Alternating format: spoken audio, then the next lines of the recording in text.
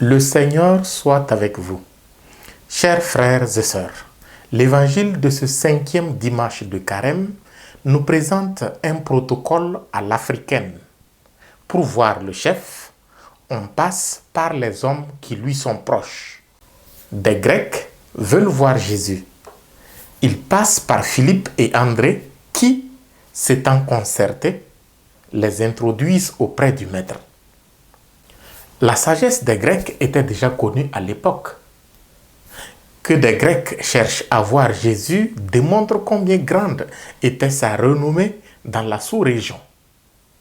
Les sages viennent à la recherche d'une plus grande sagesse. Quel mystère! Jésus a donc raison de demander à son Père de le glorifier et de glorifier son propre nom. La visite des Grecs donne l'occasion à Jésus de montrer comment vers lui afflueront les hommes en quête de salut véritable.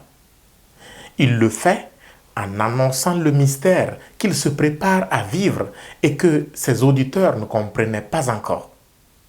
Cette annonce, il l'a fait en utilisant une image simple, l'image du grain de blé. En effet, pour que la semence produise en abondance, il faut bien qu'une graine soit enfouie sous la terre et qu'elle meure. Les paysans qui sèment et récoltent savent ce que cela signifie. Les jardiniers qui plantent et arrosent savent ce que cela signifie. C'est un phénomène que nous connaissons peut-être tous, parce que les plantes, à partir de leurs graines, naissent, grandissent et produisent leurs fruits sous nos yeux. De même, c'est en mourant que Jésus apporte la vie et le salut. C'est en mourant que sa plus grande gloire se manifestera, sa résurrection. Déjà, la voix venue du ciel et que la foule entend est le prélude de cette gloire qui éclatera au matin de Pâques.